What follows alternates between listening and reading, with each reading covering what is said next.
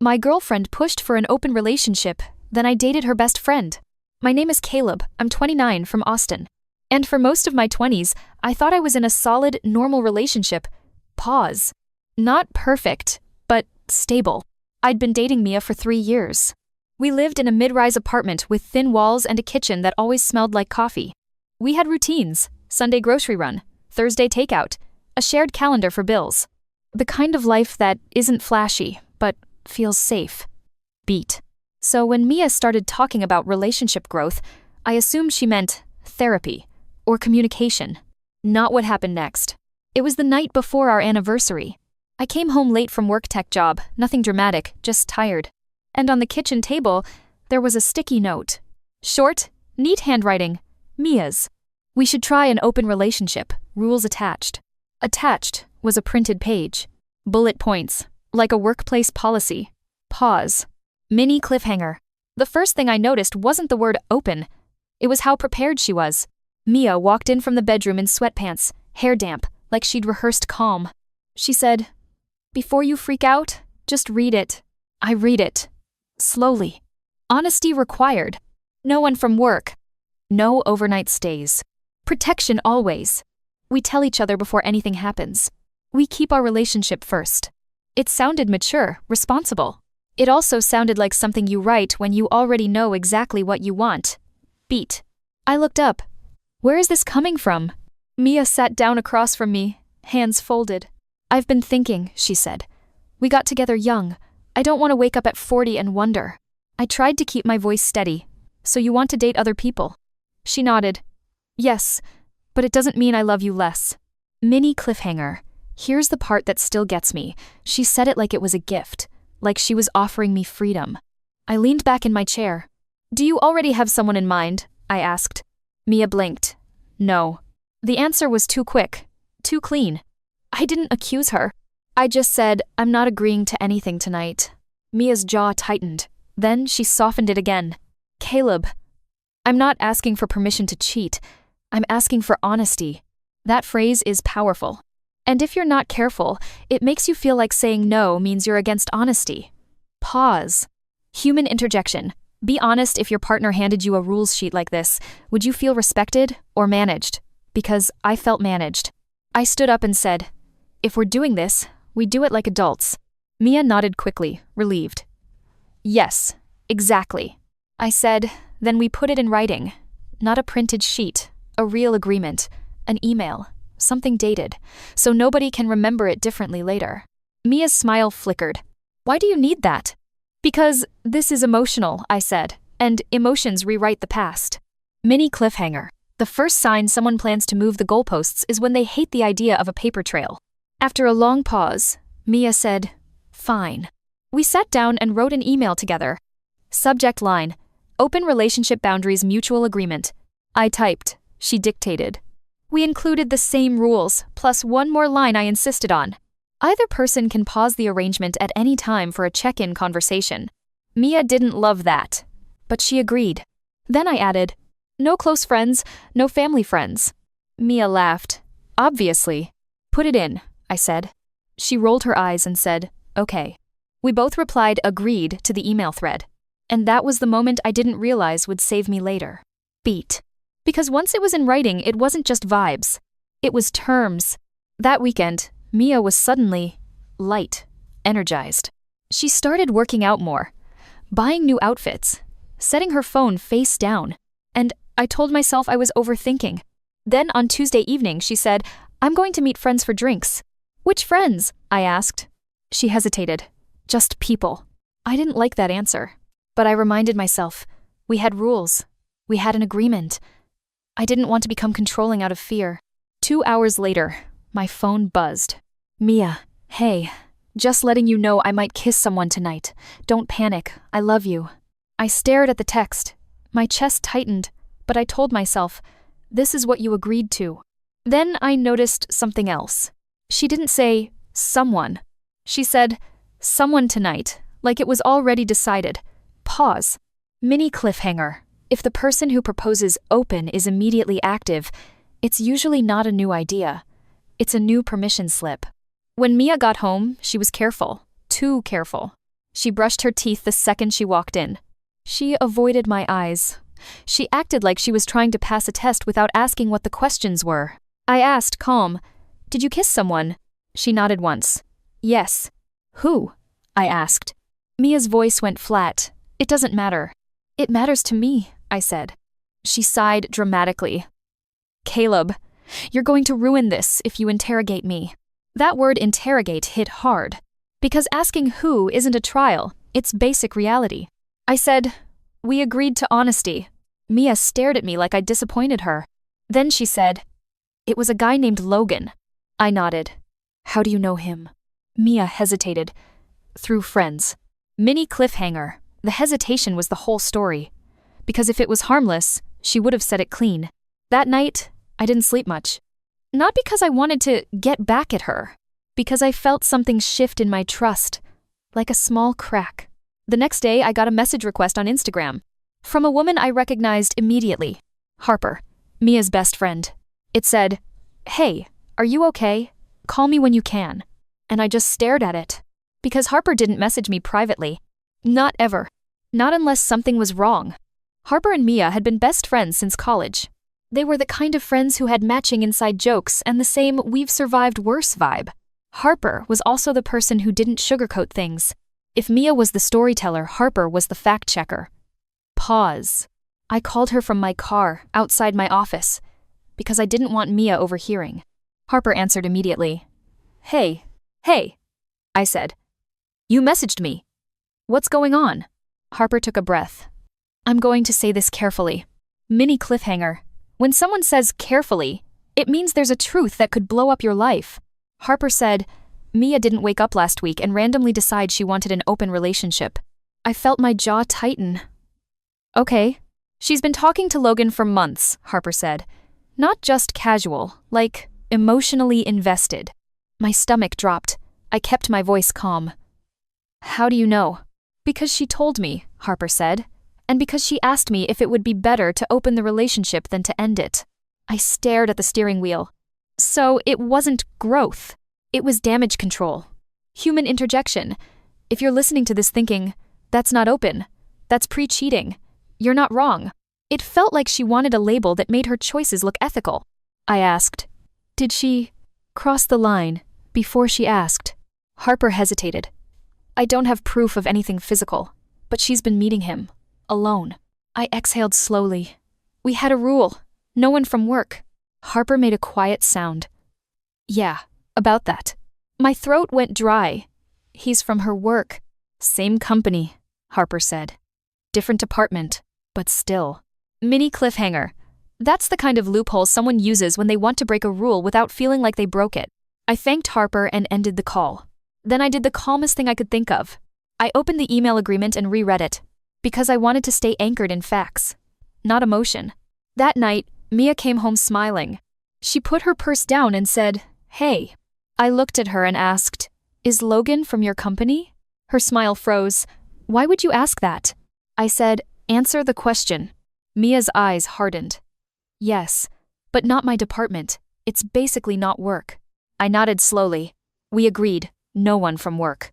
Mia threw her hands up. "You're being ridiculous." "I'm being consistent," I said. Mini cliffhanger. Consistency makes manipulators angry because it removes their ability to renegotiate reality mid-sentence. Mia paced the living room. "I knew you'd do this. I knew you'd use the rules to trap me." I kept my voice low. "Mia, you wrote the rules." She stopped and stared at me like I'd slapped her with logic. Then she said, "Fine, we can revise that rule." I blinked. "Revise it how?" "We'll remove it," she said quickly. "No work rule. Happy?" I didn't like it. But I also didn't like that she had already started this with him. So I said, "If we revise anything, it goes in writing, in the same email thread." Mia rolled her eyes. "You're obsessed with receipts." I said, "I'm obsessed with clarity." She typed a quick reply on her phone and hit send. I watched the email come in. She agreed to remove the no work rule. She also added a line. "We do not date or hook up with each other's close friends." I nodded. "Good. That stays." Mia smiled tight. "Whatever." Mini cliffhanger. I didn't realize it then, but Mia's strategy wasn't to keep the relationship safe, it was to keep me boxed in while she did what she wanted. Over the next month, Mia got bolder. She stayed out later. She started sleeping with her phone under her pillow. She became weirdly critical of me, my clothes, my tone, my energy. And every time I tried to check in, she'd say, "This is why I wanted open. You're insecure." At first, I believed her. Then I noticed the pattern. Whenever she broke a rule, she called me insecure for noticing. Human interjection. If someone makes you feel guilty for asking basic questions, that's not freedom. That's control wearing a trendy label. I didn't date anyone. Not because I couldn't. Because my heart wasn't in it. Then, one Friday, our friend group met for trivia night. Mia showed up late. Logan wasn't there, but Mia's phone kept lighting up. Harper sat across from me with a glass of soda. She looked exhausted. When Mia went to the bathroom, Harper leaned in and said quietly, "Caleb, I think Mia is going to try to make you the bad guy." I frowned. "How?" Harper said, "She's telling people you're fine with it, and you're different now. Like she's preparing them to see you as cold, so she can do whatever she wants." Mini cliffhanger. That's when I realized open relationship wasn't the main issue. The main issue was narrative. She wanted the story to land in her favor no matter what happened. After trivia, Mia went outside to take a call. Harper and I stayed inside, cleaning up the table. Harper said, "Can I tell you something selfish?" "Sure," I said. She swallowed. "I'm tired of watching her use people. She's using you. She's using Logan. She's using me as a therapist." I nodded. "I know." Harper's eyes met mine. "Then why are you still here?" I didn't have a good answer. Because the truth was, I kept hoping the person I fell in love with would come back. Mini cliffhanger. Hope can be beautiful. It can also keep you stuck. That night, Mia came home and immediately started a fight about something: tiny dishes, tone, the way I looked at her. It felt like she needed conflict. Like she needed a reason to justify what she was doing. At 1:10 a.m., she said, "Maybe we should just break up." I stared at her. "Is that what you want?" Mia hesitated. "I want you to stop controlling me." I said, calm, "I'm not controlling you. I'm asking you to follow the agreement you insisted on." She laughed sharp. "You're unbelievable." Then she went to bed without me. I sat on the couch, opened my phone, and did something I should have done earlier. I started saving screenshots of our check-in texts. Her revisions to the rules. Her timing. Because I could feel something coming. And the next morning, it did. Harper texted me, "Are you home? I need to tell you something in person." Harper sat on my couch like someone who had carried a secret too long. She didn't look dramatic. She looked done. "She's telling people you were the one who suggested open," Harper said. "She's saying you wanted it." I stared at her. "That's not true." "I know," Harper said. "But she's planting it. So if you two split, she gets sympathy." Mini cliffhanger. When someone prepares a story before the ending happens, they're not trying to fix the relationship. They're trying to win the breakup. I opened my email thread, the agreement, right in front of Harper. "She wrote this," I said, pointing to her own words. Harper nodded. "Keep it. Seriously." Then Harper said something I didn't expect. "I don't think she understands what she's doing. She thinks open means she gets to explore, and you're supposed to stay loyal." I laughed once, without humor. "That's not open. That's permission." Harper's voice softened. "Caleb, I'm sorry." I sat back. "You didn't do this." Harper hesitated. "No, but I watched it happen." There was a long silence. Then she said, quietly, "I also want you to know something else." I looked at her. "What?" Harper swallowed. "Logan isn't the only one." My stomach tightened. "What do you mean?" Harper said, "She's been flirting with someone from your friend circle too. She asked me if it would be crossing a line if it was someone you knew." My hands went cold. "Who?" Harper shook her head. "I don't know. She wouldn't say. But she laughed when she asked. Like she liked the risk." Mini cliffhanger. That was the moment I stopped thinking of Mia as confused. Confused people don't enjoy the risk of hurting you. After Harper left, I texted Mia. "Tonight, we need a real check-in. No fighting, just facts." She replied, "Why?" "So you can lecture me." I wrote, "No. So we can decide if we're still partners." She didn't answer for an hour. Then, fine. At 9 p.m., Mia sat across from me at our kitchen table like we were negotiating rent. I said, calm, This arrangement is not working for me. Mia blinked. Because you're jealous. Because I feel disrespected, I said. The rules keep changing after you break them. Mia scoffed. You agreed to open. Yes, I said. I agreed to mutual openness, with boundaries, not you running ahead and calling me insecure when I catch up. Mini cliffhanger. The most important moment in any argument is when you stop defending yourself and start naming the pattern. Mia leaned back. So what, you want to close it? I want to pause it, I said, and I want couples counseling. If you want to keep seeing Logan, you can, but not while pretending we're fine. Mia's eyes narrowed. So, you want to control me? I took a breath. Mia, if your definition of control is, I need honesty, then we're not compatible. She stared at me. Then she smiled. Okay. I blinked. Okay? Mia said almost sweetly, we can close it. It sounded too easy. Too smooth. Mini cliffhanger. When someone gives you what you asked for with zero resistance, check what they gained from saying yes. I asked, are you willing to stop seeing Logan? Mia hesitated. I can, eventually. I nodded. Then it's not closed. Mia's voice rose. Caleb, don't do this. I stayed calm. I'm doing it. Then she stood up and said, fine. If you want to date other people too, just do it. See if you can handle it. It wasn't permission. It was a challenge. Human interjection. Have you ever been baited like that? Like they want you to act, so they can point and say, see? You're just as bad. That's what it felt like. I didn't respond. I just said, I'm sleeping on the couch tonight. The next day, Mia acted like nothing happened. Like our relationship was a TV show she could pause and resume. That weekend, Harper invited me to a small get-together, just friends, low-key. Mia didn't come, she said she was busy. I went because I needed air.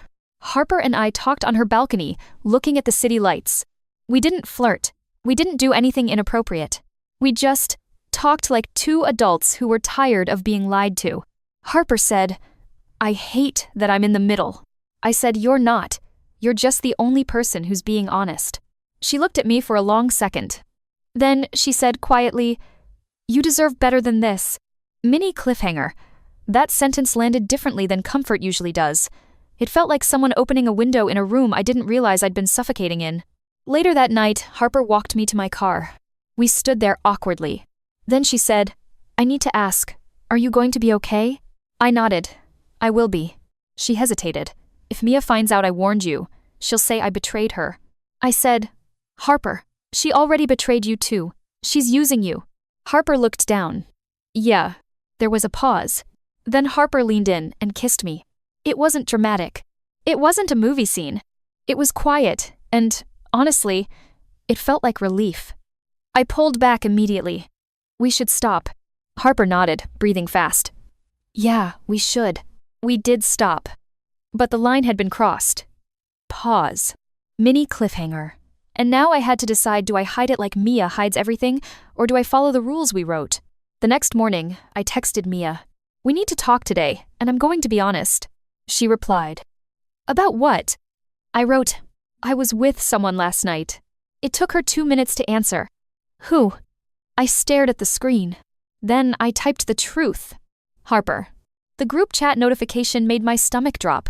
Name, truth. Participants, Mia, me, Harper, Logan, and 6 friends from our circle.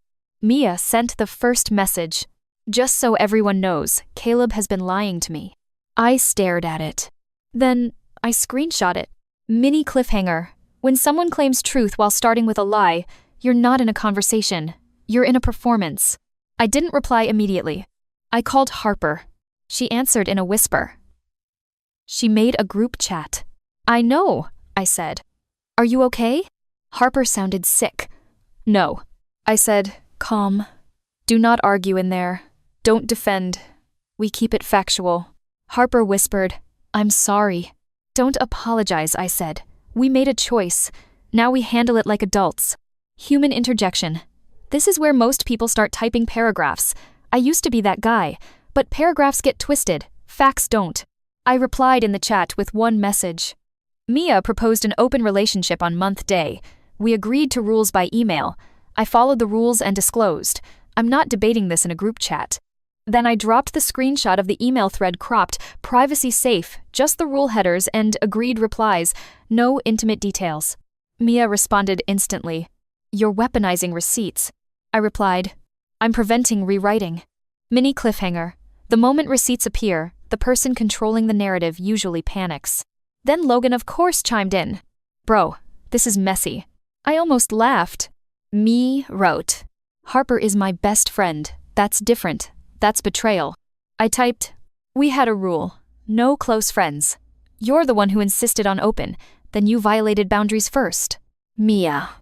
I did not violate anything. That's when Harper finally messaged. Harper. Mia, Logan is from your company. You told me you wanted open because you already had him. Don't do this. The chat went silent for a full minute. Mini cliffhanger. Silence in a group chat is loud. It's the sound of people reprocessing the story in real time. Then one friend wrote, Wait, Mia, did you have Logan lined up before you asked for open? Mia responded, Why are you all attacking me? I didn't respond. Because she'd shifted to victim mode, exactly as Harper warned. Instead, I left the group chat. And I did the next calm step. I emailed Mia. Subject, living arrangement plus boundaries. I wrote, short and clear. I will be moving out within 7 days, or we will discuss lease transfer. Communication will be in writing. No public posts about me. If she needs to discuss feelings, we can do it in counseling. Mini cliffhanger. When chaos people want drama, the most painful thing you can do to them is turn it into logistics. Mia called me immediately. I didn't answer. She texted, Answer me, you ruined my life. I replied, I didn't ruin your life. I followed the terms you wrote. We need to handle the lease. She sent a voice message. I listened once, then saved it. It was mostly yelling, accusations, and one sentence that stood out. You were supposed to stay loyal while I figured things out. There it was. The real rule, the unspoken one. Pause. Human interjection. That sentence is the difference between an actual open relationship and a one-sided permission slip. If you ever needed a definition, it's that. Over the next week, Mia cycled through 3 strategies. Rage. You're a horrible person. Bargaining. We can close it and pretend it never happened. Shame. Everyone thinks you're disgusting. I stayed calm. I kept everything in writing. Harper, meanwhile, went quiet. She texted me once. I can't believe she did the group chat. I replied, Take care of yourself. You don't owe anyone a performance. By day 5, the friend group had shifted. Not into teams exactly, more like clarity. A couple friends distanced from Mia. One friend told me, I don't want details. I just don't like manipulation. That meant more to me than sympathy. Mini cliffhanger. People don't always support you loudly. Sometimes they support you by refusing to participate in the lie. On day 7, I moved my things out. Simple. Quiet. No screaming in the hallway. I left my key on the counter with a note. I hope you find what you're looking for. I'm choosing peace. As I walked out, Mia stood in the doorway with red eyes and said, You'll regret choosing Harper. I paused, and I said, honestly, Mia, this isn't about choosing Harper. This is about choosing reality. Then I left. I didn't want an online war. I didn't even want my friends reading our private mess like it was entertainment. But Mia kept pushing the story. Not with explicit accusations, with suggestion. The kind that makes people lean in and whisper. Then she posted a screenshot cropped, claiming it proved I planned it. It was a text thread between me and her, but the date was cut off. And that was her mistake. Pause. Because I still had the full thread. Mini cliffhanger. If you're going to manipulate receipts, you're betting the other person didn't save the originals. I posted nothing publicly. Instead, I sent a calm message to the friend group privately, one by one. I'm not asking you to pick sides. I'm asking you not to spread claims that aren't true. If you need clarity, I can show timestamps. Most people didn't even ask. They just said, Got it. 2 friends did ask. I showed them the original text thread, date included, showing Mia had pushed for open weeks before anything happened with Harper. No insults. No commentary. Just timestamps. Mini cliffhanger. In adult life, the cleanest revenge is letting facts exist. Mia texted me that night. I know what you're doing. I replied, I'm not doing anything. I'm not lying. She wrote, I hate you. I stared at it, then set my phone down. Because here's the part nobody tells you. When someone loses control of the narrative, they often confuse it with losing control of you. Pause. Harper and I met for coffee a month later. Not to date officially, not to define anything, just to check in like adults. She looked exhausted. I lost my best friend, she said quietly. I nodded. You lost the version of her you thought was real. Harper's eyes filled. Do you think I'm a terrible person? I answered honestly. I think you were used too, and we both crossed a line. But I don't think you're terrible. Human interjection. If you're listening and thinking, this is messy, you're right. Real life is messy. The lesson isn't, do what I did. The lesson is, don't agree to a relationship structure that's built on someone else's hidden plan. Harper took a sip of coffee. She told everyone you manipulated me. I shook my head. You're an adult. You made your own choices. Harper nodded slowly. I just hate how she turned it into a performance. I said, that's who she is under pressure. We left it there. Over the next few months, Mia bounced between Logan and being single.